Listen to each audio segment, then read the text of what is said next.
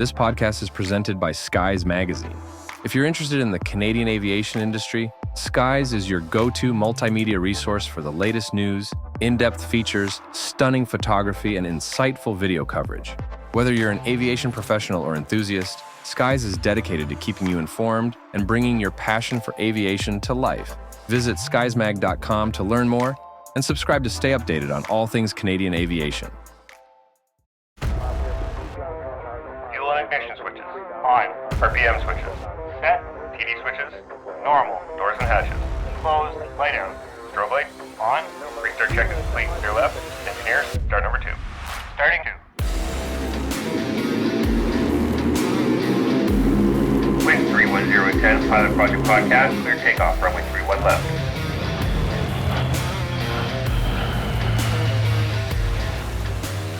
All right, we're ready for departure here at the Pilot Project Podcast, the best source for stories and advice from RCAF and mission aviation pilots, brought to you by Skies Magazine.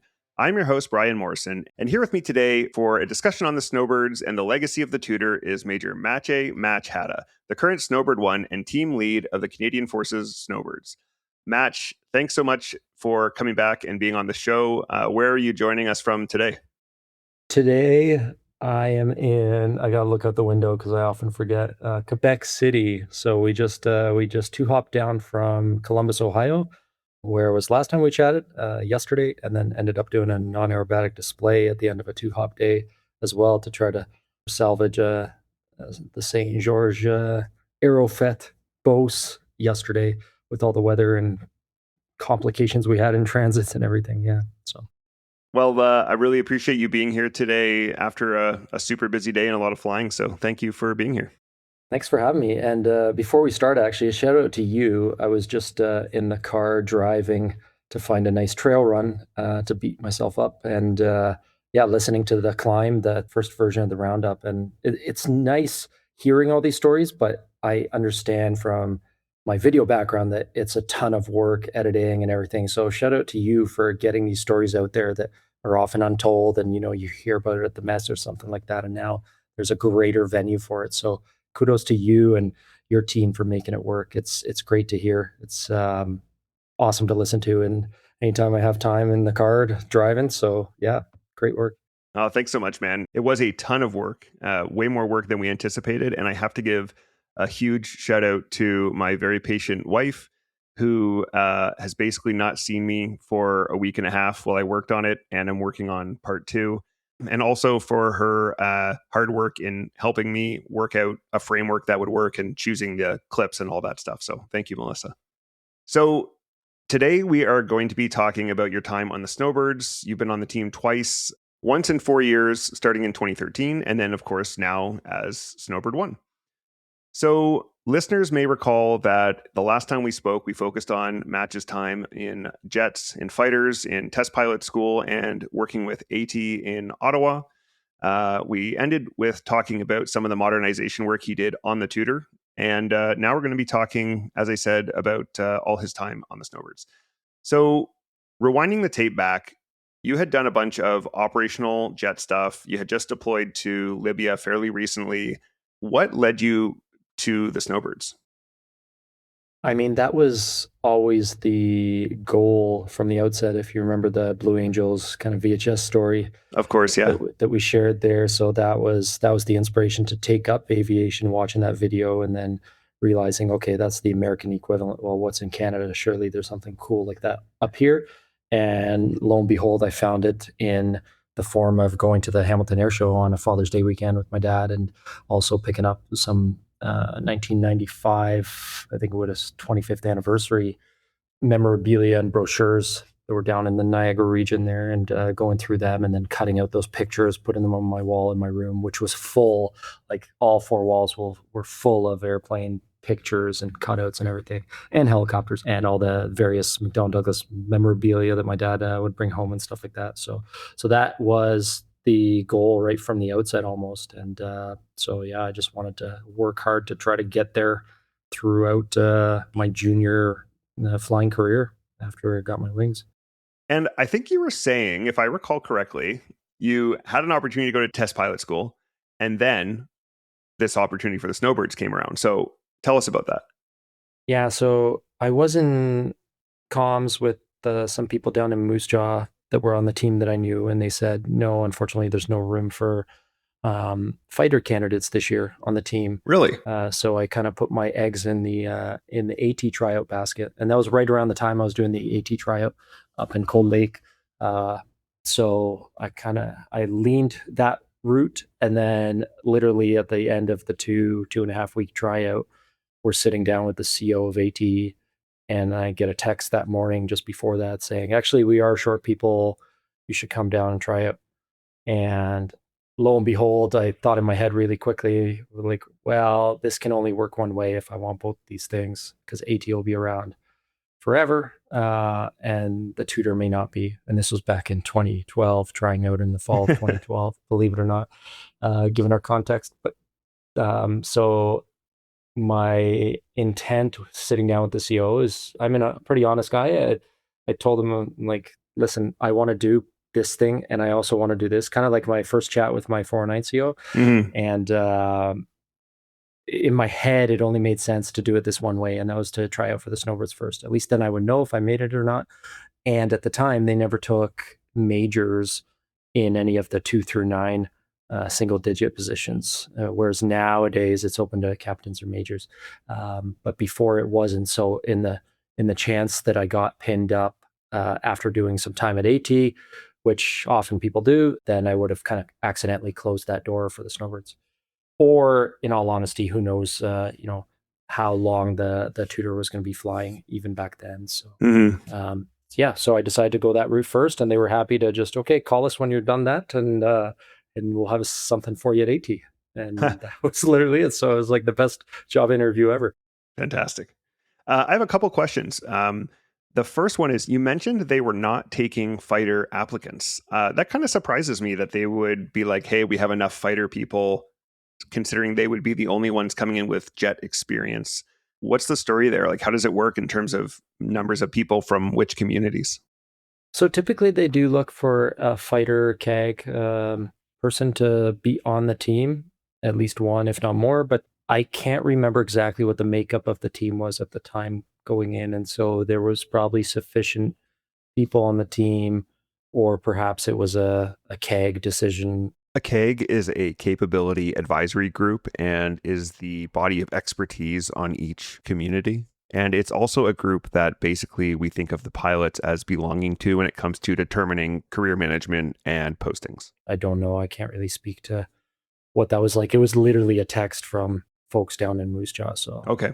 So kind of could have been unique circumstances or something. It would not really a matter of policy. Yeah, exactly. Yeah. Obviously, we do want to try to, like, the Snowbirds are very unique. They're not like the American teams, for example, that all generally come from a fighter background, whether it be Thunderbirds or Blue Angels. Here in Canada, like my last year on the Tutor, the whole right side of the team flew Sea Kings.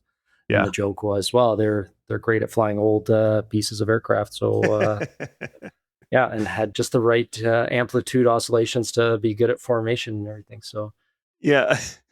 The other question I had was, you mentioned that at the time, the only position for a major on the Snowbirds was Snowbird 1. Does that mean that basically if you hadn't been on the team as a captain, you couldn't get in? Or could you be Snowbird 1 as a first-year Snowbird? Like, how did that work? Yeah, so that's another comparison I'll draw to the American teams, where typically Thunderbird or Blue Angel 1 would have never previously been on either of those teams. Here in Canada, we do it the other way, where in order to be Snowbird 1, you have to have had time on the team. And it's a matter of, the aircraft they're flying or we're flying is unique right now. Now that AT's done with them as well, only 431 flies the Tutor. So without that background to jump in cold to the team lead position, to not know the culture of the team, how the debriefing works, how the maneuvers work and everything, that would be a hard thing to sell to a brand new team lead. And so that's a requirement for us. Whereas other teams that, pool from larger, typically fighter pilot communities, it's a lot easier to just train the boss, having had the breadth of experience on the aircraft already, than just tailoring to the specifics of the demonstration. Yeah, that makes sense, especially when you mentioned that no one would come in with Tutor experience versus like the American teams where, the Thunderbirds fly an F-16, the Blue Angels fly an F-18. So obviously there's a wealth of experience in those aircraft out there amongst their fleets. So that makes sense to me. So you ended up going through selection and you made the teams. Can you tell us about that experience going through selection? Yeah, the tryout at the time was one of the hardest things I've done in my life, especially from a flying perspective. I mean, the airplane itself is fairly simple to fly. We can be startup, taxi, takeoff, done in about 6 minutes. Wow. From like a pre-start check, basically. So it's super simple to fly and operate, but then all the nuances of the formations and how 431 does business from a standard maneuvers manual point of view, and the specifics, the nuances that are essentially learned through practice over, well, now 55 plus seasons of actual air demonstration. It's quite a nut to crack when you're going in it for the first time cold, because typically you'd have a little formation section in every how to fly or standard maneuvers manual, and it'd be specific to that airplane. And now we take that to the nth degree.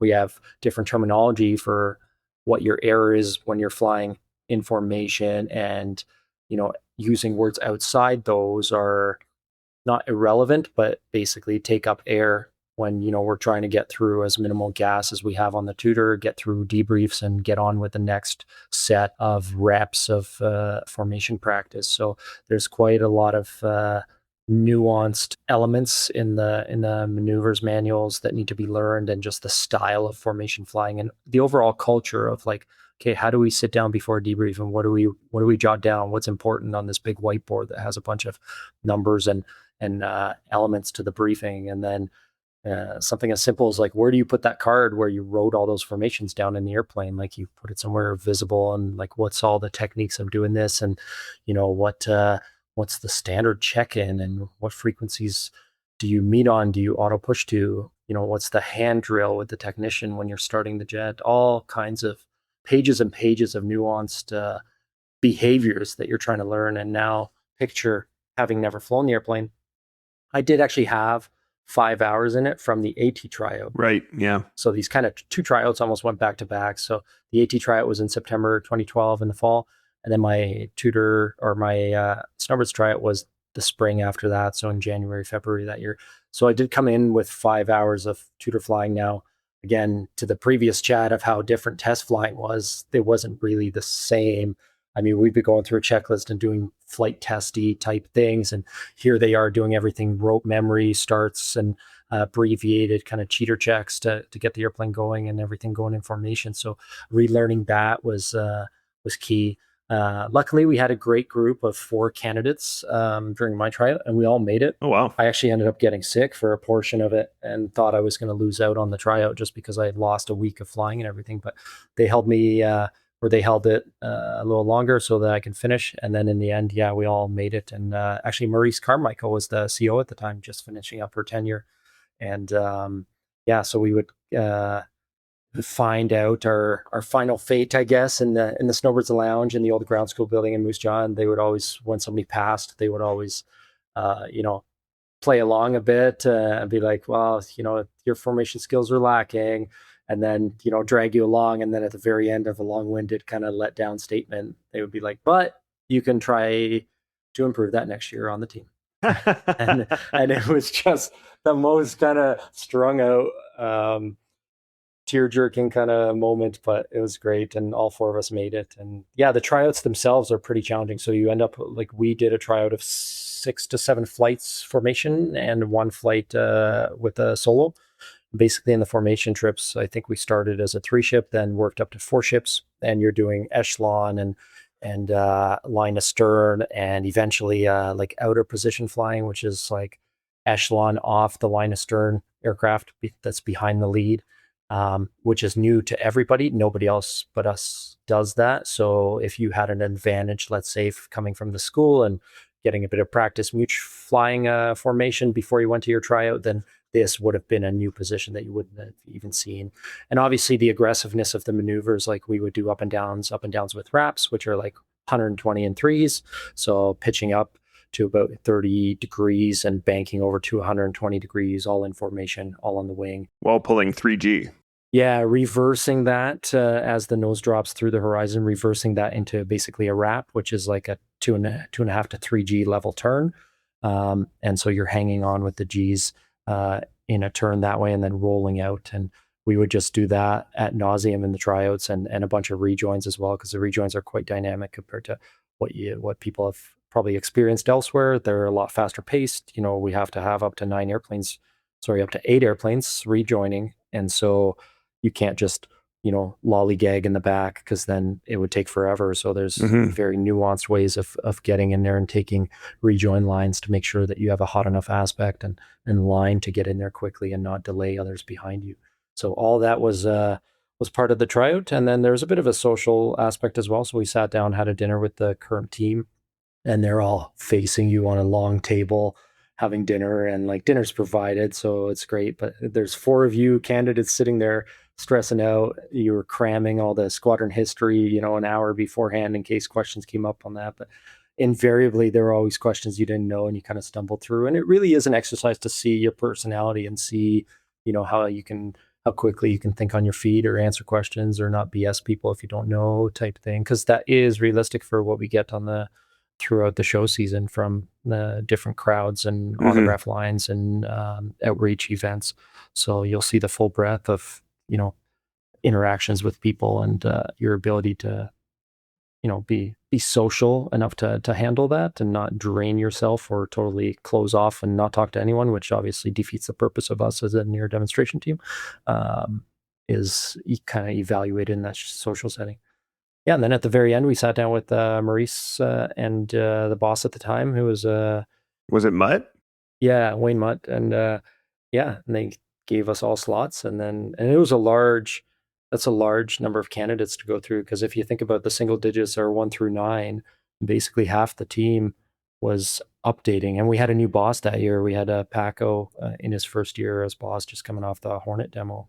So 5 new people on the team for the 2014 season. So that's a large training bill, we call it, that we now have to work through the winter season to get everybody up to speed before Comox. Something I have a question about. You mentioned like a really specific set of wording if somebody is out of position in formation, and you have to use like efficient, specific cueing that's different from normal. Like, what's an example of that? Like, let's say you're low and a little too spaced out. Like, what would the wording be? Yeah, so low would be deep, spaced out would be, depending on if you're laterally spaced out, which would be wide, or longitudinally spaced out, which would be stretched. So we really break it down into 3 axes. But to take it a step back, basically everyone in the formation has an error box that they could stay within. And even within your error box, you would still be talking about errors that you had from the ideal. Because we always want to see, going from the front, including myself, what's the impact of my error on people behind me, people beside me, and, was their error in contribution to mine, or was it their own error? And we kind of have to ripple that down the formation so that by the time we get to the end, people know or have an idea that, hey, the back end stretched, but they stretched because I ran a high power setting the whole time and they were never going to stay in. So these kinds of things give the feedback both ways, so that now okay, I was too active on the controls up front, and now that affects everybody. So I need to smooth out my inputs when I'm up front as like an inner or one of the lower single digits. But to go back to that air box, so everybody has about a 2 foot by 2 foot by 2 foot air box. I think Maurice was describing this the other day as well.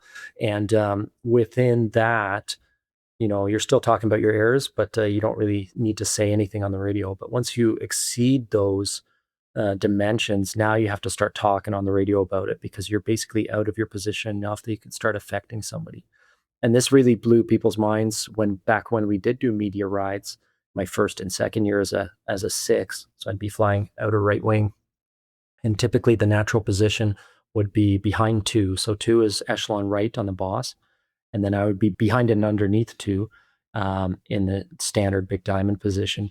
And obviously below them as well, below their jet wash. And beside me to my left would be number 4, who would be in line astern on the boss on number 1. And then what would always blow people's minds when they came for a ride is I'm rarely looking at 4 beside me. I'm never looking at 2. I'm generally only looking at the boss and certain references on the boss's smoke tanks to find my position. And it kind of makes sense when you think about, hey, if you want to be the most stable in a formation, you've got to look at the most stable player. If you start looking at the person right beside you who's also reacting to movements and maybe having a bad day themselves, then you are just going to compound that error and you're going to be much more out of position typically. And it was amazing for others to see. They would be focused intently on this tailpipe that's in front of us and above us, probably like closest metal to closest canopy, probably 6 to 8 feet. Wow. And we're talking about like straight up from my not my canopy, really my nose to the next airplane, the way the nose dips and everything. But that tailpipe would be bouncing around and they would look over at my head, and it's like I was just like looking sideways. It's like, are you not looking directly above you at what's going on? Be like, no, I'm not, because if I start looking at that, I'm going to be all over the place. Yeah. And it's only going to be worse. So I have full trust in that position in that Snowbird 2 that they're going to say something on the radio when they're outside that 2 foot by 2 foot by 2 foot air box. They're going to basically come on the radio and say 2 shadow. And that means that, hey, they're out of that position. Now I have to devote my cross check between what might have been like 80% on the boss's tanks, 20% on number 4 beside me to my left, to now looking a bit more at number 2 and seeing if I need to honor their errors and maybe slide out of position a bit, or maybe we have to widen the formation a bit because they're having a bad day or it's really turbulent environmental conditions. Wow. And so other than that, if I don't hear that 2 shadow call, I'm just trusting they are doing their best to be in position. And that's kind of the trust. I know the Thunderbirds call it blind trust, and that's essentially what it is, that unless we're hearing something different, we trust each other, that we're all striving for that ideal. Yeah, so when you're outside of that air box, if you're high in that air box, like physically high, then we call that thin. If you're low in that air box, like I alluded to earlier, then that's deep. If you're wider than you intend to be, like we're talking laterally, then that's wide. If you're tighter, then you're tight.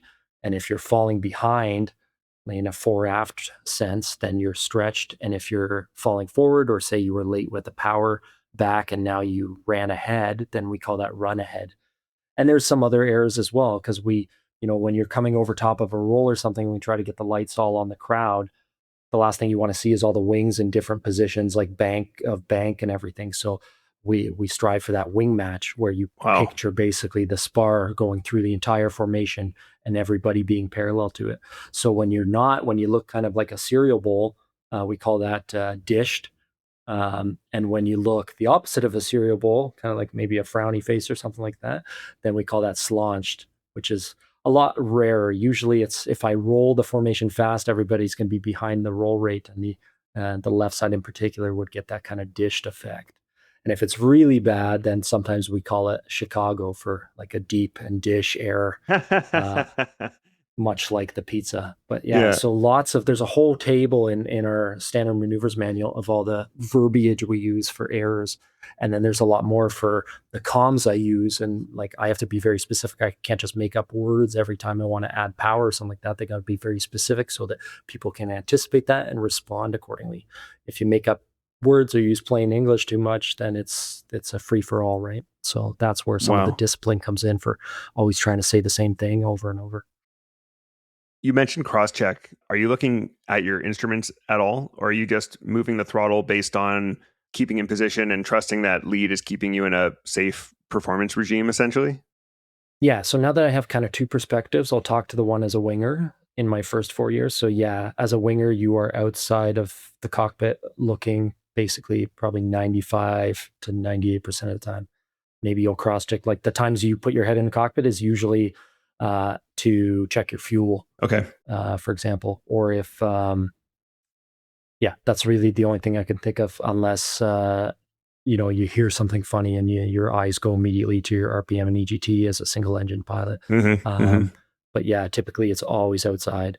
And the other thing a lot of people don't realize is that in our big diamond formation, kind of hard for a podcast, but if you picture the 9-ship big diamond, as I'm sure most people are somewhat familiar with, down the middle, the seats can alternate. And what I mean by that is you can have a boss like me that's a left seat boss and flies from the left seat. Last year, Brent Handy flew from the right seat. And then basically 4 and 5 are the 2 line of stern positions, stem cats, we call them. They're behind me and they basically alternate. So one of them is a left seater, one of them is a right seater. And that's just so they can go out to either echelon side to make it symmetrical.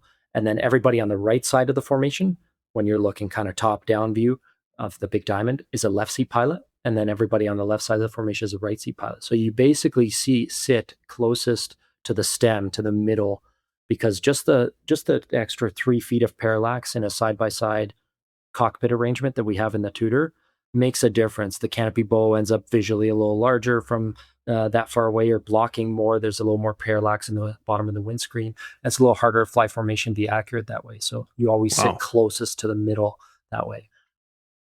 Wow, there's so many factors. That's crazy. I actually had no idea that you were flying on different sides of the cockpit depending on what side of the formation you're on. That's very interesting. Yeah, so typically the headrest would give it away. So the headrests for the pilots are red and the ones for the technicians are blue. Oh, okay. So once in a while they'll swap, or they'll be like, we'll do a jet swap, and it won't be the case, but typically that's how they try to match them up as well. Okay. So you were coming from your operational Hornet background. What was harder than you expected when you went into the team? Like, was there a bit of like, okay, I've got jet experience, I've got some formation experience, like this should be not too bad, or was it harder than you expected, or how did that go? Yeah, I mean, the old adage is that, guys and gals from the fighter community will maybe show up to Snowbirds with a little higher SA bucket, situational awareness from other kind of large force exercise work and everything. But to be honest, it was a totally different environment. You never fly this close anywhere else. So that's new. You never have multiple aircraft around you that close, and you only looking at certain aspects of one airplane, maybe a second airplane occasionally. So it was really looking down a soda straw in the first few months, and then slowly widening that out to maybe like a funnel. And then eventually by the end of your first year, you've got better awareness of what's happening all around you, particularly in the back where you have a better view of things. So it was challenging to kind of keep up with that, and always being on your game, like in terms of, hey, I can only make errors so big before I need to leave the formation or start affecting somebody drastically, right? So always striving to be accurate. And I know we talk about it a lot in the military precision of flying in all sorts of aspects. And, that's what I used to give tips for aircrew selection. They'd rather see you struggling, but trying to get to your downwind height in that old simulator than being, 100 feet off and happy. But really it is kind of a mix of both in this case. Be like, yeah, you need to always strive for the ideal. And when you're even slightly outside of it, then you need to continue striving and working towards getting back to that ideal, because other people are counting on it as much as you're trying to just perform for your own sake and your precision. Mm-hmm. So during your first tour, something you've spoken publicly about is a mid-air collision during your second season. Can you take us back to that day? Yeah, it's actually, I remember it well. It was April 30th, 2015. We just came off a highly successful Comox det, and that was lots of great weather flying. We got a ton of trips in down there. The team and the show was coming together quite well and basically done. We had done the acceptance, I believe, already. And I was riding a high, like a wave of just great flying. And the tank cam got reincarnated then. So we had a bunch of footage online that everybody was sharing and loving, still in kind of early social media days and everything. Well, not too early, but earlier than now. And so that was getting a lot of attention and publicity for the team in the Canadian Armed Forces. And so we got back to Moose Jaw after 3 weeks in Comox, and we were doing a home opener practice. So typically we do a home opener for family and friends in Moose Jaw once we get back there, and then leave for our first swing. We call it our first big portion of the summer season, the summer airshow season. So it was a home opener practice down in Mossbank, which is an airfield about 25 miles south of Moose Jaw, that we practice at, an old British Commonwealth Air Training Plan triangle field that no longer is paved or anything, but it's good for us to practice at, and it's restricted airspace for anybody else. So we were down there. I had a passenger with me at the time. Actually, I had Dan Dempsey, who was an ex Snowbird 8 and Snowbird 1 as well with me. And we were just going through the high show like we did every Monday to Friday in Comox, or Monday through Saturday. And over one of the early loops in the opener, there may or may not have been a weird formation twist, and I basically caught myself out of position enough on the over the top portion of that loop that 5 and I made contact. So me being a Snowbird 6, I was on the right side of the diamond, and then kind of behind the number 2 position. So if you think about the stem having 3 airplanes in line of stern, I was basically echelon right off the middle one, which is number 4. And then behind me to my left and below me would be Snowbird 5. And for those that don't know the Tutor quite so well, the pitot tube is a large kind of extending 3-foot extension off the right wingtip. Back in the day in the 60s, I guess they struggled with some pitostatics, and a lot of airplanes had much longer pitot tubes than they do now to make it work. And so what happened is over top of this loop, we had some twisting, and I was deep in my position. Often for the outers, we don't really use the word shadow because it doesn't affect too many other people in the background. So sometimes we're just always striving for that ideal. And I got caught up in my position, ended up deep from kind of that previous discussion about terminology that we had.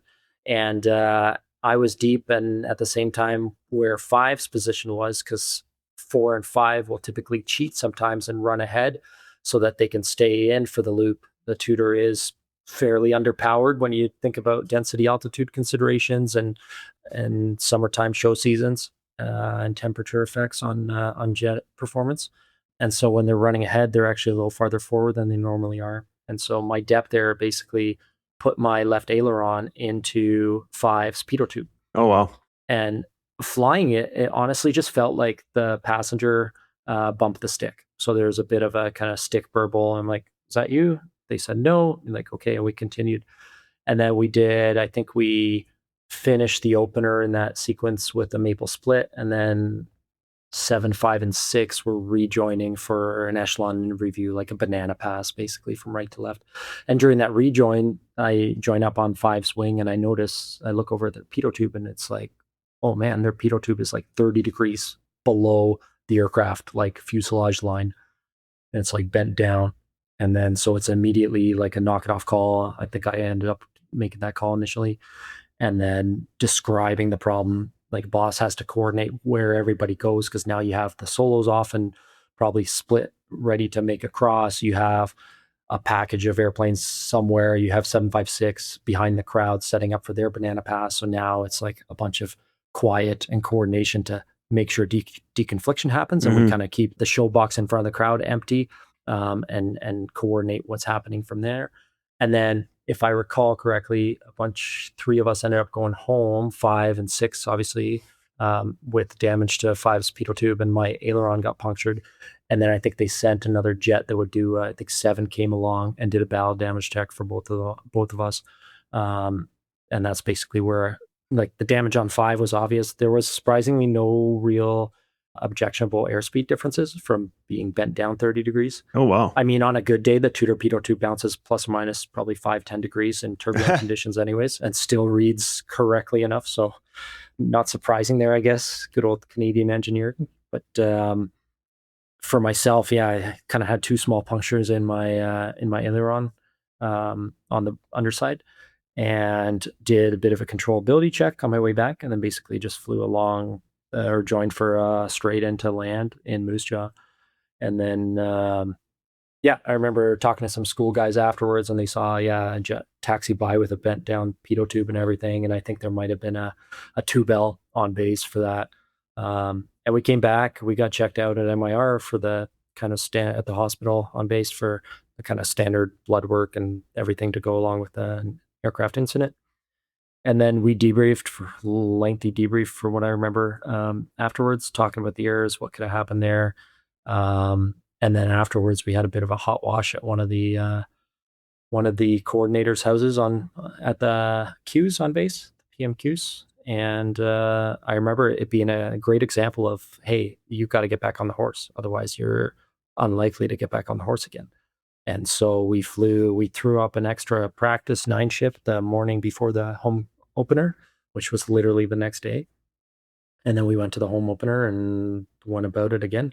Obviously, with some other concerns and like operational risk management and considerations like that. I think I ended up flying with one of the senior pilots in standards the next morning as well, prior to the home opener. I can't remember, but yeah, it was a classic example of having enough trust that okay, when we do make mistakes, that yes, we realize what the mistake is, and we try to correct it and get back on the proverbial horse before other thoughts set in, and it makes it that much harder.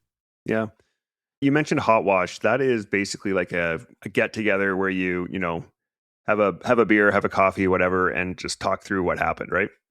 Yeah, exactly. And that was essentially it. We just kind of talked about the season, how Comox was going, and if anything, like I worried about a degrade in trust that the rest of the team had in me because I had messed up. And it was a good example as well of, always having to have that combat edge or that kind of flying edge so that you were on top of your game, because we just came off a great Comox debt and now, now we have this. And so was I getting complacent? Was it, getting too easy type thing? It was my second year as a Snowbird 6. I was teaching a new younger Snowbird 7 as my kind of training partner, junior training partner, and everything was going well. So did I just find myself in like a complacency layer of Swiss cheese, right? Yeah. And I don't know, like I can't recall specifically to this day, like the actual errors aside from looking on tape for them.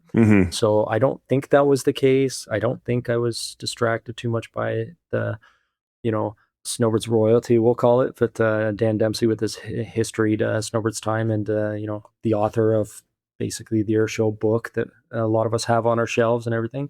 I don't think any of that was a real big factor. I honestly think I was not as sharp as I needed to be in that moment.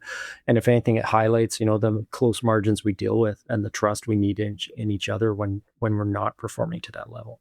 And I've kind of used that as an example as well in like the talks I give to cadets and pilots about, compartmentalizing, just like the missed bomb earlier over Libya. Same thing here, right? We still have to get the airplanes home and on deck safely, even after, okay, I have a punctured aileron. So now what? And I remember that feeling of, okay, yeah, controllability check. Good. Let's just set up for a basic straight and keep it simple and get on the ground.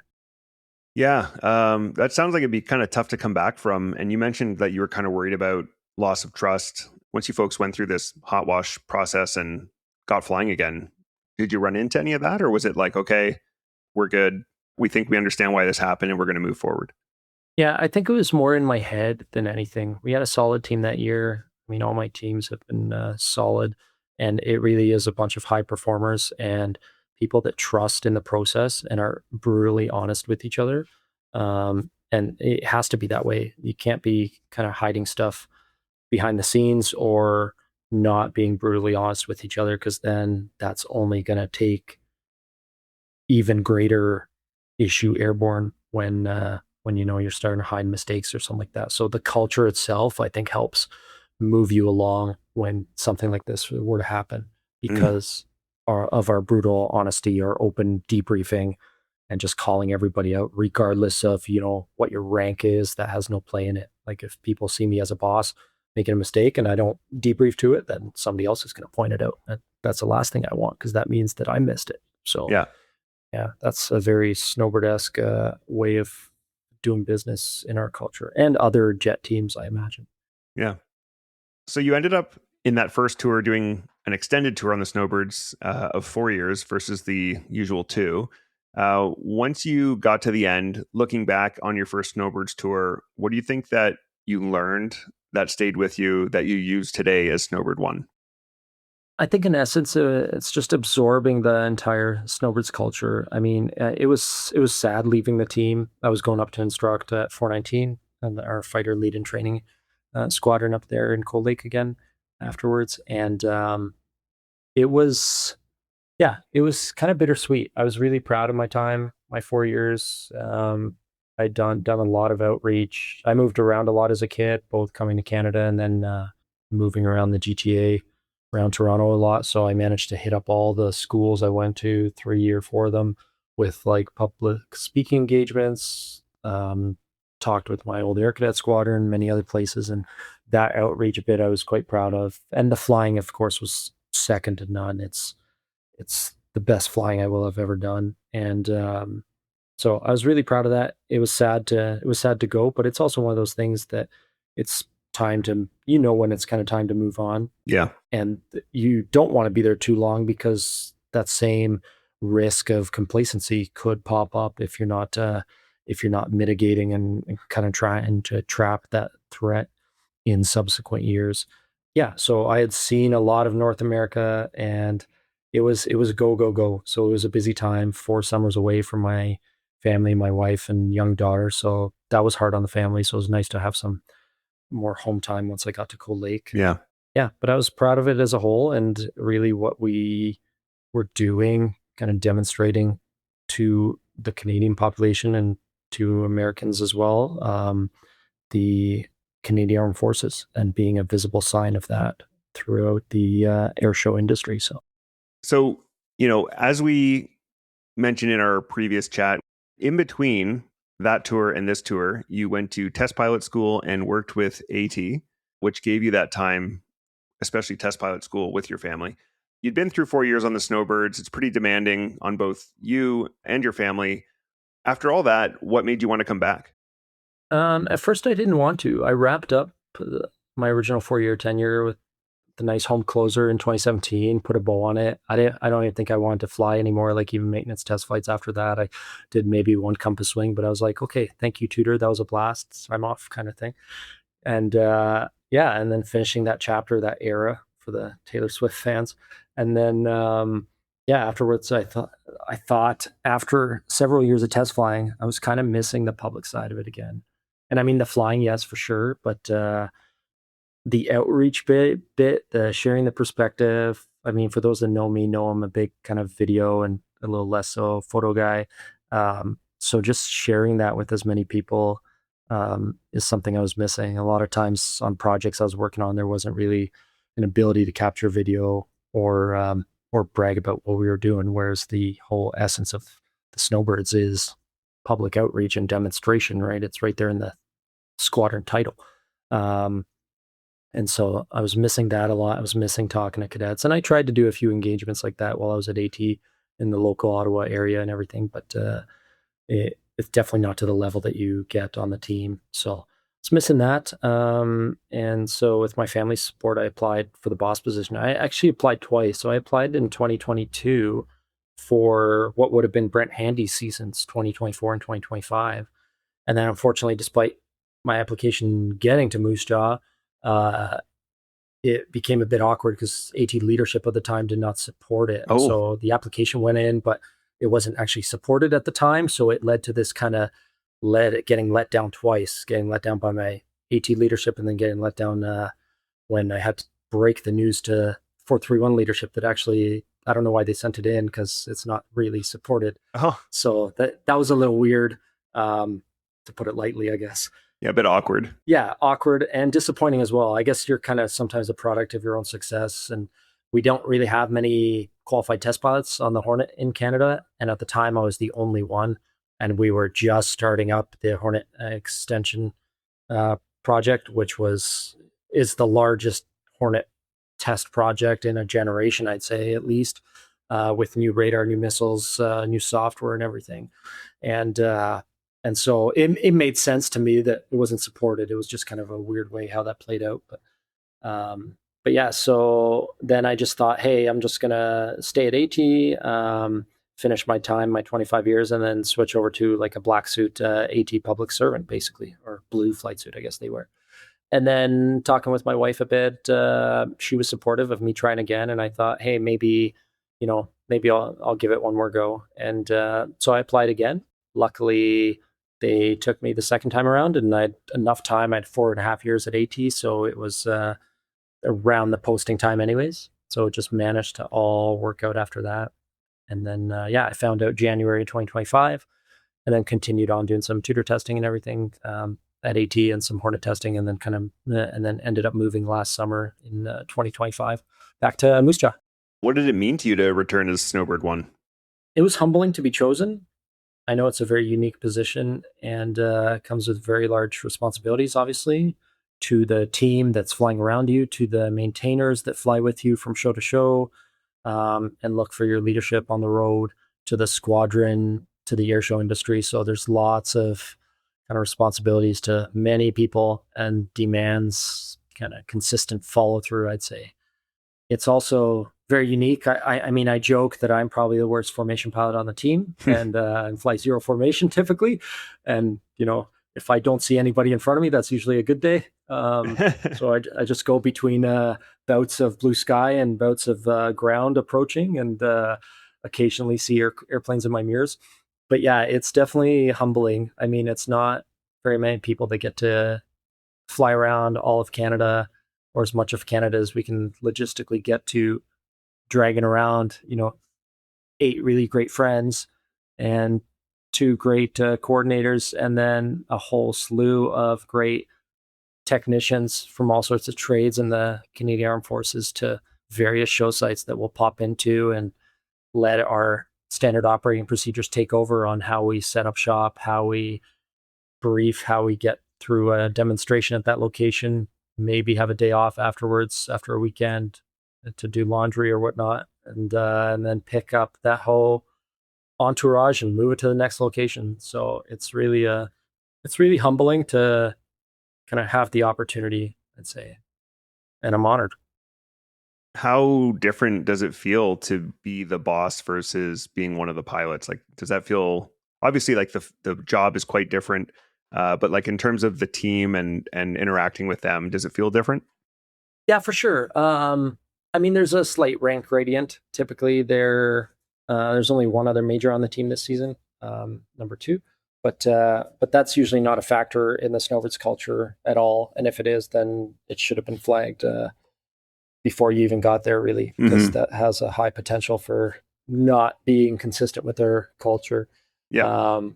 In terms of debriefing and brutal honesty and everything. For sure, trust in each other. But yeah, so aside from joking about, mostly seeing ground people, runway, sky views, and no airplanes in front of me, I do occasionally get to see a cool airplane in front of me. I mean, I saw the Blue Angels a few weeks back in Chesterfield all in front of me, and I was afraid of their big jet wash and their new Super Hornets. We flew behind a B-25 the other day over Niagara Falls and into Canadian Warplane Heritage Museum. So occasionally I'll fly some challenging formation. But the bigger thing is the larger team dynamics and having to be, from the flying perspective, having to be smooth, stable, and predictable all the time. Everybody's looking at me. Everybody's listening to my comms. So being as predictable as I can with the show tracks and everything I'm doing is very challenging, especially when you consider the wing loading of the Tutor and the basically solid wing structure that we have. It does not handle disturbance well. So anything that hits the wingtip. So you get bounced around a lot. Exactly. Anything that hits the wingtip translates straight to the fuselage and bumps the whole airplane around. So everybody kind of has this jostling move in turbulent conditions. And usually take the law of averages, everybody's moving about the same amount and we kind of all stay in position. Wow. Whereas you take a look at the Blue Angels or the Thunderbirds and their flexible wing structure and everything dampens out a lot of that. So on the bumpy days, it's even more challenging. We have to kind of hold down nose down trim to kind of get into a linear portion of the stick force gradient so that we take out some of the deadband like you'd have on a joystick on video games. There's a little bit of a zone around the center. Like a dead zone? Yeah, a dead zone that doesn't do anything. So you kind of have to get the stick out of that, typically by forcing some nose down trim. So everybody's carrying a certain amount of trim to be stable. So you're maintaining back pressure throughout, basically? Yeah, exactly. To get it out of that dead zone? Yeah, we trim nose down and then you hold the stick back. So it basically feels like anywhere between a 5 and maybe a 20-pound weight for some of the players in different positions at different points during the show. But wow, you're kind of so it's physically demanding, especially up front where I'm looking for the show line and everything. I'm kind of looking over my shoulder or leaning forward. So it's probably a chiropractic nightmare the way I kind of move in the airplane. But so the physical part is challenging. Is it pretty tough on the body? I find the Tutor comfortable, surprisingly. I kind of just cinch the parachute down, strap in, and like a little turtle in there kind of thing. But it's definitely hard. If you're, like, I get to look around left, right freely. If you're always on the right side looking left, of course, you're going to have some kind of left neck looking type strains if you don't stretch that out. So it's challenging in different spots to different degrees, I would say. And obviously the solos typically pull the most Gs and are looking over their shoulders to see each other and everything. So that's definitely challenging as the G comes on and everything. But then the larger team dynamics of just having to, pick up and move this whole detachment around from show site to show site, having to be responsible for people. And, not everybody has a great day every day, right? So trying to take stock of your people and their morale and their well-being on the road is definitely challenging. And then all the other hiccups that come up, like yesterday, we had to delay a transit to get to this new show site because of some paperwork issues that were found. And so that held us back a day for the bulk of the airplanes. And so now we're tight on timelines to get to a show here in St. George, Quebec, and have to do 2 transits on our way to get there. We ended up making it work in the end, but all these kind of things that, the unknown unknowns that you have to deal with, and you just need to kind of have a level head and anticipate the next problem call or be ready to kind of react to it. And I think if you're trying to keep a level head about yourself is probably one of the largest skill sets you need, because things are going to surprise you from left field and right field all the time. And yeah, I can tell you're used to contingencies and unexpected events and stuff, because as we've been scheduling, it's always like with the understanding that, okay, hey, I'm going to talk to you Thursday at 2, unless something happens. Yeah. And then we will figure something out. Exactly. Yeah. Yeah. So we've talked a lot about the selection process for team members. You mentioned applying to be Snowbird 1. How does Snowbird 1 get selected, and when in the kind of cycle of teams and seasons does that happen? Good question. So the call for candidates, it's usually tied with the overall call for candidates for team positions, and then just has some extra stipulations for what Snowbird 1 needs, rank and previous time on the team and whatnot. And for that, I think they usually come out in the fall via like CanAirGen or something like that, like a message to the Air Force for names. And then for Snowbird 1, there's no real flying tryout at this point, because you would have by requirement done time on the team already. And so you needed like an application letter, recommendation from the CO. And then I don't know if in years past there were interviews or not. I never got interviewed. It's such a small Air Force that you kind of know everybody already. Yeah. And you've already been part of the organization. Exactly. And the requirements alone, like there's only so many people that haven't retired, have flown the Tutor, have been a Snowbird previously. Like that list is pretty short in terms of who can next lead the team kind of thing. So yeah. So I applied, and then the second time around got selected, and yeah. Is that a 2-year stint for the boss as well? It typically is, yeah. Yeah. Now, occasionally things change or personnel issues come up and people are called on to stay a third year. Or as boss, it's typically 2. I could think of maybe one that stayed a bit longer, but typically a 2-year tour, and then you move on. If you had to say, let's say like your top 3 qualities that make someone successful on the team, what do you think those would be? Teamwork, for sure.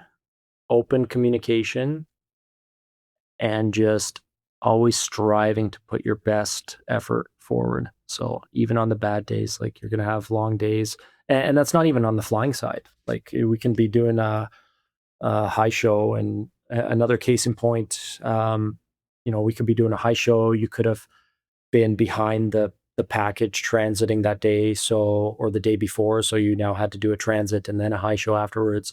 And oh, by the way, we still have an autograph session after, right? And for you, it maybe is just another transit and high show and autographs, but for everybody else going to that show, it's maybe the only air show they see that year. Yeah. Or for the organizers, it's been a year's worth of effort, sometimes more, to put that show on. Yeah. So still having your best foot forward, even in something as simple as autographs and how you interact with the public, is definitely a top skill set.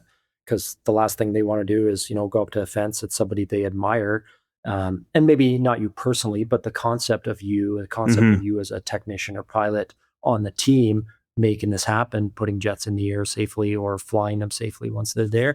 Like that concept to now have some kid meets some disgruntled person that's just tired and not all there is like the last thing you want to kind of present as the image, right? So having that endurance, that stamina to be able to power through and still stay positive. And I'm a pretty positive, happy attitude guy, like I have been most of my life. So the exception of the, I guess, rejection for pilot originally. But yeah, so that comes somewhat naturally for me. But yeah, that's definitely a key quality. Yeah. Yeah, it's funny because it's easy to forget, like as a pilot, as a former Air Force pilot, we move in this world of pilots and you tend to have friends on the team at various points in your life. And you start to almost forget, like, hey, for a lot of people who are air show and aviation enthusiasts, meeting a snowbird is a huge deal. Like that's a big moment for them, especially like if it's their first time or, whatever. Like there's so many different people having like a special moment at that time when they get to come up and get signatures and talk for a moment or whatever it is. Like that's very special to them. We talked about this a bit with Marie's, that it must be quite challenging that, everywhere you go, you got to be on. It's got to be like every show is special to you because like it needs to feel that way to these other people, because like nobody wants, as you said, to go through all the work to organize an air show or drive 2 hours to get to an air show or wait in line for an hour to meet a snowbird. And then they get there and the person seems exhausted or disinterested or whatever, right? Like that's got to be tough. Yeah. And to the contrary, though, as well, like, I mean, I came off of 5 years of writing down data on cards and pushing buttons and software testing and, testing or doing out of control spin stuff in the Hornet and all that kind of fun stuff. But this is a totally different aspect to the job as a snowbird, and as well, kind of putting yourself in the shoes of younger you. What I mean by that is like, okay, so a younger Match was in the Hamilton show and got to go to the autographs. Like, what interaction would he want to have with the people that he was seeing? And so if I kind of picture that, then I kind of put myself in the mindset of, okay, yeah, this is, the positivity we need and, the openness and just chatting with people. I mean, I love chatting with Canadians. Like we were doing a Millbrook Fair fly past on the way to Barrie, a bit out of the way, but from North Bay to Barrie, and we're running in. We already had a problem call too, had to return to Barrie earlier for some air conditioning issue. And so we're just down a jet. We're dealing with the problems. I'm talking with Toronto Center about getting VFR to this fly past and everything. And then literally we roll up to this fly past southwest of Peterborough, the 175th anniversary Millbrook Fair, by the way. So even older than the country. And all I see is like this Ferris wheel and a relatively small crowd. I think thunderstorms just rolled through, so people were just getting back and setting up. But you see this small little Ferris wheel going around and around, and you're just buzzing over top of it at 500 feet, because it wasn't a show, it was a fly past. And you do a turn and come back through another direction. And then, you look online, you check on Instagram, and there's photos that, moms and dads posted of their little kid wearing a snowbird's hat or something and just waving at you. And like, it's hard to see. I do see people from the front view. It's hard to obviously pick out individual people unless we're like short final landing, and sometimes they'll wave at people. Yeah, so it's hard to individually pick out people from 500 feet away, but I know they're down there. I could see the cars. I can see the groups of people. Yeah. And it's just warming to see the image from the ground the other way about, hey, them waving back at you, or somebody was happy that you got there in the end and waved the flag. Yeah, one time in Nova Scotia, actually on the Aurora, I went down to Digby. And they had us do a couple flybys over the Blue Nose and a couple other tall ships. And it was one of the coolest experiences I ever had. Like, it was super fun, just doing a big fly past and then swooping up and turning around and doing another. We did, I can't remember, however many we were approved for. And at the lowest altitude they approved us at. Like, it's been a while, but and then the really neat moment though was, as you said, seeing photos of it online and being like, oh wow, like this was a cool moment for people. Like that's pretty neat. Yeah, absolutely. Yeah. Something that we have talked about a couple times here on and off is the support personnel. How important are all your support personnel in making the season happen? I mean, often they're labeled support personnel, and some really are from some support trades, but particularly back at the home unit, kind of making the behind the scenes parts work. But here on the road, like in the detachment, there really are no support personnel. Everybody on the team is essential. Sure, if we don't have a pilot available, they don't fly. If I get sick, the team doesn't fly because there's no backup boss. So to some degree, yeah, of course, the pilots are essential, but everybody is essential from the final product being seen by the crowd perspective. So, and what I mean by that is, like, if we don't have our aircraft structures technicians to fix or maintain our aviation life support equipment, our masks, if they get clogged up or something like that, or our helmets having a hotspot and bothering the pilot, then we impact the show and possibly that person doesn't fly. If we don't have our aviation systems technicians to do an engine change on the road because of a leak discovered earlier that day, and now that airplane's needed for the next day, like they did the other day in Columbus, Ohio, we impact flying and we impact the show. That airplane's not ready, and those technicians are pulled aside for that. If we don't have our avionics systems technicians to troubleshoot a pitot-static snag or something, then we impact flying in the show. So you can kind of get the drift of, how essential all these trades are. If our supply and traffic technicians aren't there to find parts or on the support truck, then we end up wasting time digging through the truck trying to find these things, right? If we don't have our MSC op to drive the truck from show site to show site across Canada and North America, that we don't have the parts we need to maintain the airplane. So, oh yeah, there's trucks following you all around North America. Yeah, we have a large tractor trailer with the big kind of Snowbird's wrap around it that has all our parts. Oh, cool. And it's kind of our like deployed operating trailer when we're there. The computers, there's a gator in it. The sign-out computers are in it. All sorts of spare parts and everything. The boxes of brochures, everything. So if we don't have that, then we're limited to what we can carry on the airplane in terms of a small tow bar, some cans of oil, minimal replacement parts, that kind of thing. So you can quickly see how integral each job is in the larger operation. And of course, our public affairs officer, everybody has a job, and it also showcases how important those trades are in the larger Canadian Armed Forces, because now with all those people from public affairs officer to all the maintainers to the pilots can now talk about the trades and their kind of relationship in the greater CAF to other people, especially people they meet along the fence line at autographs or throughout their day. Like, we travel from show to show in flight suits, so it's pretty obvious when we roll up into a Starbucks or something dressed in blue and red, people are going to start asking questions, right? And so the more we can showcase that and people talking proudly about their trades and their professions in the armed forces, the better. 431 Air Demonstration Squadron, right? The purpose of demonstrating, getting the word out there about the CAF, like the outreach bit, like that is all public affairs. Mm-hmm. Everyone has a public affairs role. And so we got to get wrangled in frequently by the public affairs officer and mentored on how best to approach situations, how best to get the message out there, bring everybody up to a good level of kind of communication. Your public affairs officer right now is Phil.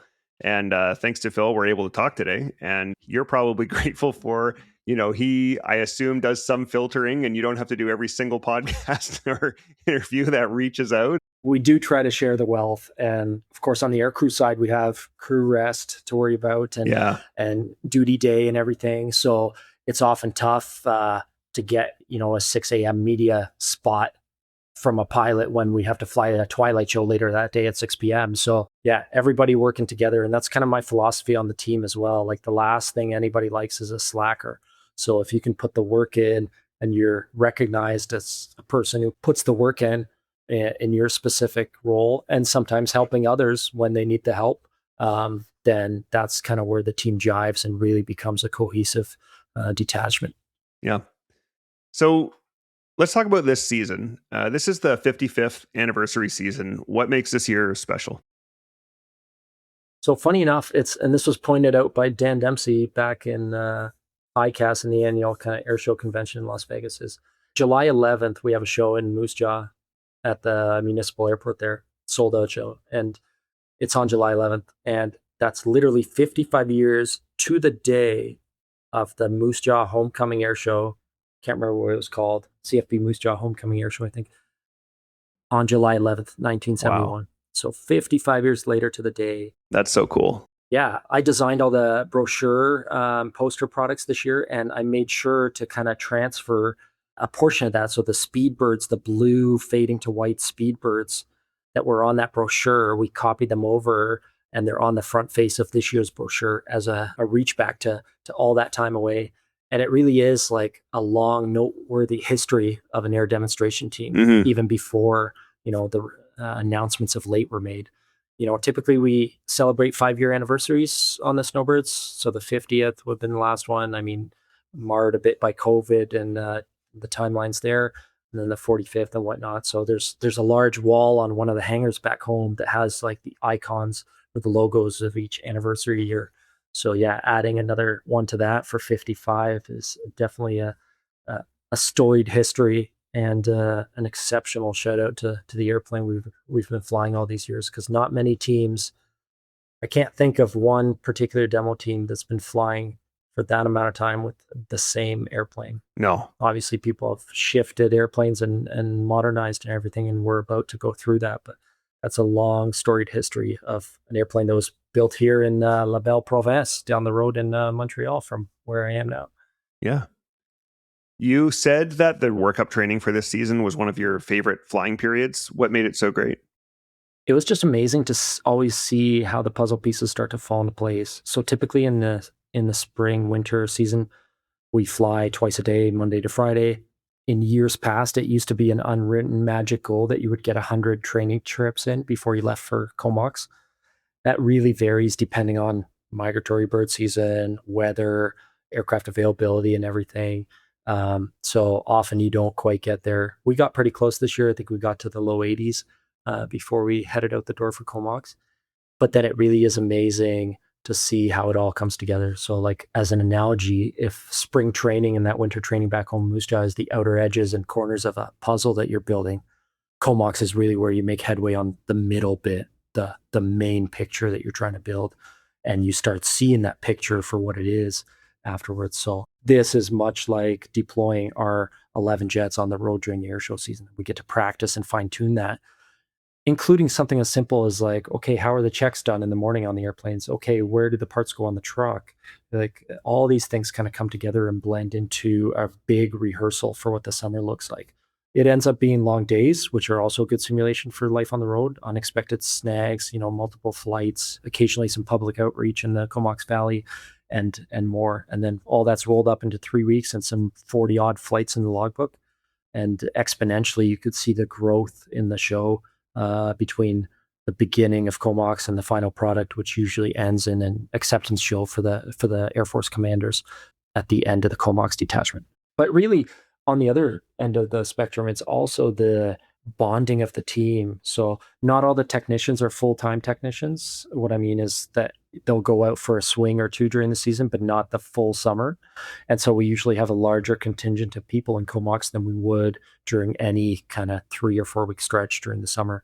But the bonding that happens there between all the technicians, the pilots, the show spirit we all walk away with for the remainder of the summer performances all gets solidified there at Comox. What can audiences expect from this season from the team?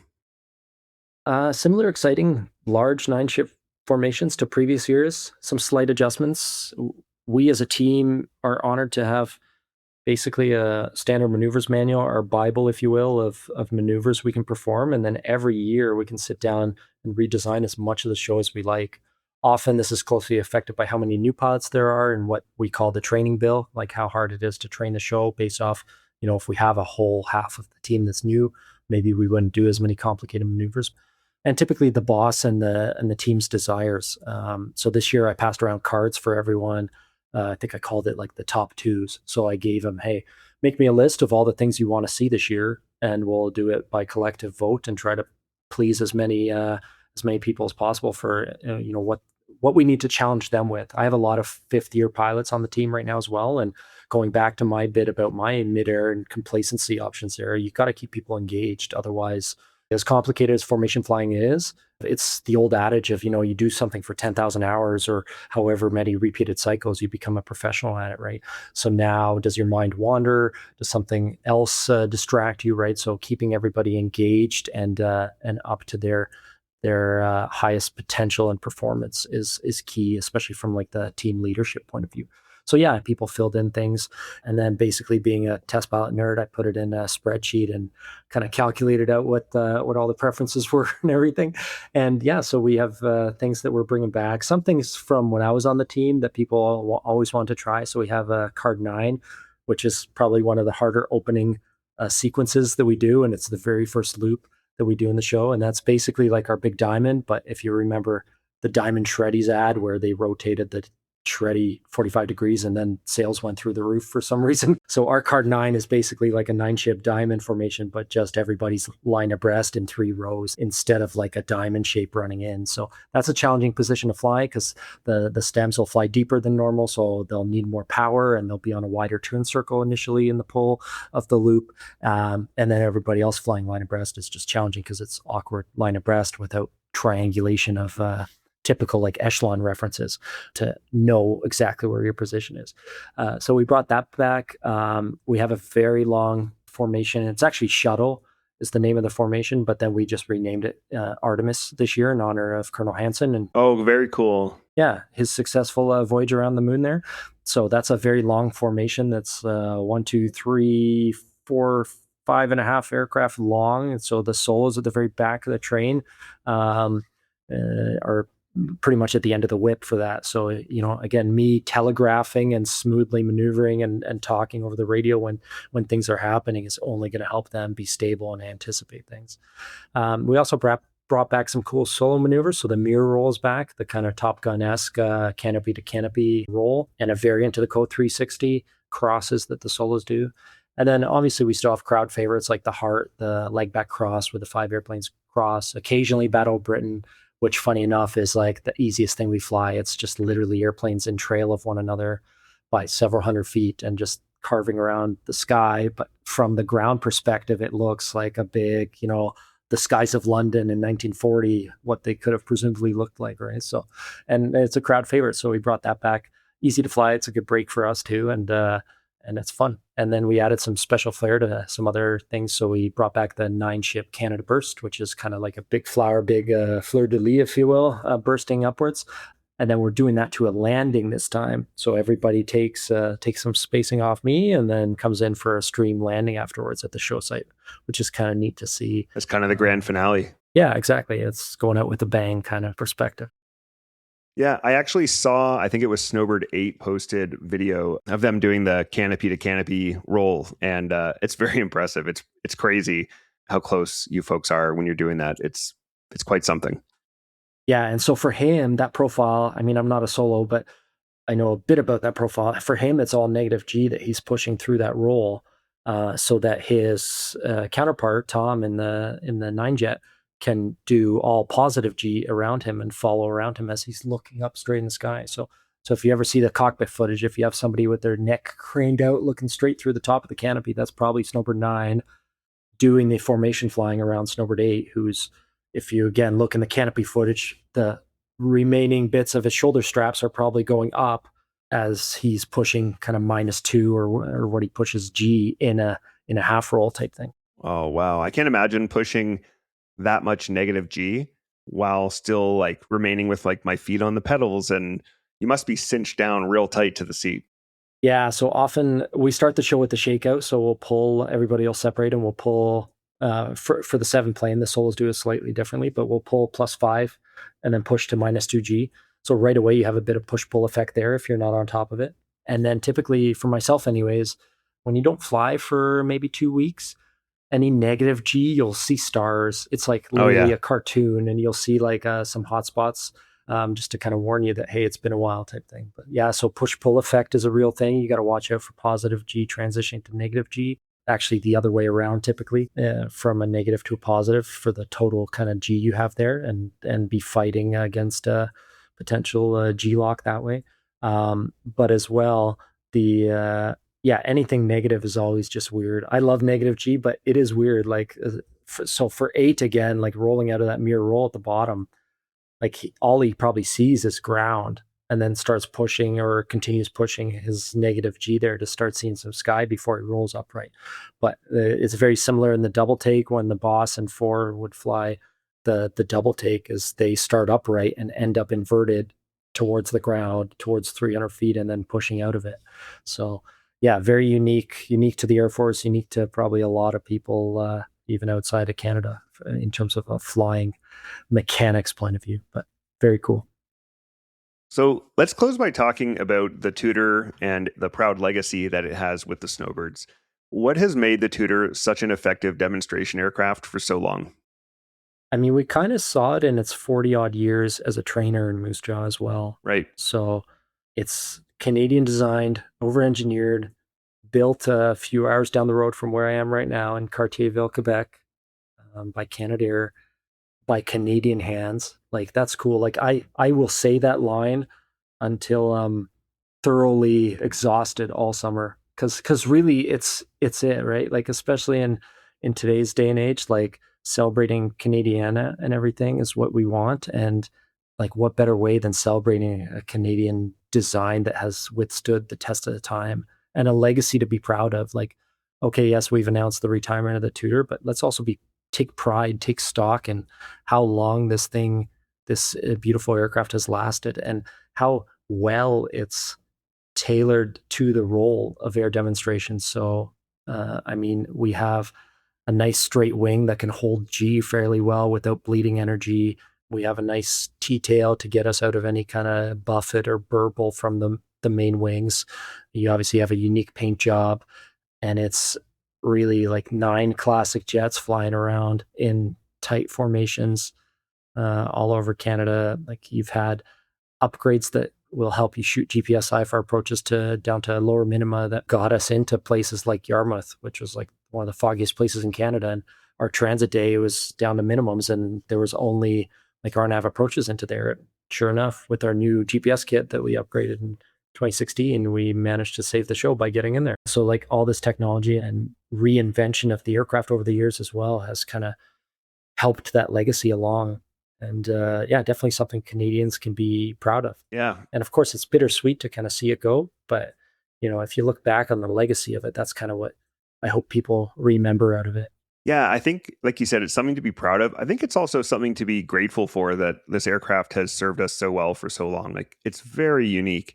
Like you said, like, what other team has flown the same aircraft for 55 years? Like, it's been with the Snowbird since its inception, and it's just amazing. Yeah, exactly. And it really is like, when you strap it on, it feels like an extension of yourself. The handling characteristics for the most part are smooth, it's responsive. You don't have to worry about hydraulic flight controls and flight control software that's, thinking it has your best interest in mind, displacing everything where it needs to go and complications there. And it's really just like fully reversible controls. Just like if you grab a Cessna aileron and move it, the yoke's going to move, right? Same thing here. So it's very simple. It's like a Cessna with a jet engine, basically. Awesome. Finally, Match, when Canadians watch the Snowbirds this season, what do you hope they take away from it? I really hope there's a sense of pride in Canada in what we can collectively accomplish and for long periods of time, and some linking back with their Canadian Armed Forces, right? It doesn't have to be that, hey, your dad or mom was a pilot and that's your connection to the Air Force and the Snowbirds and everything. It could be that, hey, you were in Afghanistan doing your time and serving the country, and you came back and we did a fly past to honor your efforts during like a Remembrance Day parade or something like that. Like, it's just these little bits of connection that, in one individual event might not mean so much to people outside that event, but the collective combination of all that is greater than the individual parts. Much like on the team, okay, so one person flying formation off my wing is okay, one person flying formation off my wing, but you put 8 of them around me and, some coordinators on the ground and public affairs and maintenance to back all that up. And now all of a sudden we have something that's greater than the sum of each individual part, right? And so that's really what I hope people get out of this, is that kind of celebration of our longevity and just hopefully us inspiring Canadians, whether it's to become aviation professionals in any kind of aviation career path or elsewhere, or join the Canadian Armed Forces, or become a nurse practitioner, or just do something that they are passionate about and they're willing to dream big and work hard to go after and get. So, and as well, like, if they're able to come see us we can't be everywhere. Obviously, logistically, that's hard. Air show seasons outside of the kind of June to September timeframe in Canada are hard. But come see us. Try to find somewhere nearby and come see us. And hopefully we also fly over your town on our way to other places and maybe lay some smoke and you catch a glimpse of us in the golden hour sun as we transit around the country. But we're but a mere glimpse of the opportunities available in the CAF and the skills, professionalism, teamwork that we learn along the way and are hoping to demonstrate of the greater Canadian military. Yeah, I know we're definitely going to try in our family to see you guys this summer, especially for the last season with the Tutor. Yeah, please do. Okay, Match, that is going to wrap up our chat for today. This has been an awesome in-depth look into the Snowbirds and just sort of an inside view of how selections happen and how everything kind of works and operates. It's been very, very interesting. I'm very, very grateful that you took the time to chat with us. We did chat again earlier this week when you were in Columbus. Now you're in Quebec. Very, very busy time for you folks. So thank you to you. Thank you to Phil for helping us set this up. Thank you to everyone who's involved in getting this going. Yeah, just thanks so much. Best of luck to you and the team as you complete the 2026 season. And thank you for being on the show today. Thanks very much for having me. I hope to see as many of your listeners and other Canadians around the air show season this summer. And we're off to PEI next. And hope to chat with as many Canadians as I can. Awesome. Fly safe. Thank you. Smoke now. All right, that wraps up our 3-part chat with Snowbird 1, Maciej Hatta. We're just so psyched that Match was able to make the time for us during what is a very busy show season. And of course, listeners probably know this is the last Snowbird season for a while, so we highly encourage you to get out and check them out. You can find their schedule online by simply Googling Snowbird's Schedule 2026. If you've never seen them fly with the Tutors, this is your last summer to see it, and I believe it is something that every Canadian should see at least once. This is the part where normally I'd tell you what happens on the next episode. But for this episode, I've uploaded it further ahead of time than usual because this week, my family and I will be hitting the road to drive from Portage la Prairie, Manitoba to our new home just east of Barrie, Ontario. Because of that, I'm a bit ahead of schedule and I'm not quite sure which episode will come next. It will either be another series on 427, which is going to give you what I think might be one of the most unique looks into how 427 became what it is today. However, any series with 427 requires a few layers of approval with the military, and that's a process that just takes how long it takes. So if that isn't the next series, we have a couple other great ones coming down the pipe. We have a pilot in Australia on the Seed Corn program flying the A330. We have autonomous flight company Ribbit, who is currently developing autonomous pilotless aircraft, and lots more. Do you have any questions or comments about anything you've heard in this show? Would you or someone you know make a great guest, or do you have a great idea for a show? You can reach out to us at thepilotprojectpodcast@gmail.com or on all social media at @podpilotproject. And be sure to check out that social media for lots of great videos of our RCAF and mission aviation aircraft. As always, we'd like to thank you for tuning in and ask for your help with the big 3. That's like and follow us on social media, share with your friends, and follow and rate us 5 stars wherever you get your podcasts. That's all for now. Thanks for listening. Keep the blue side up. See ya! Engineer, shut down all 4. Shutting down all 4 engines.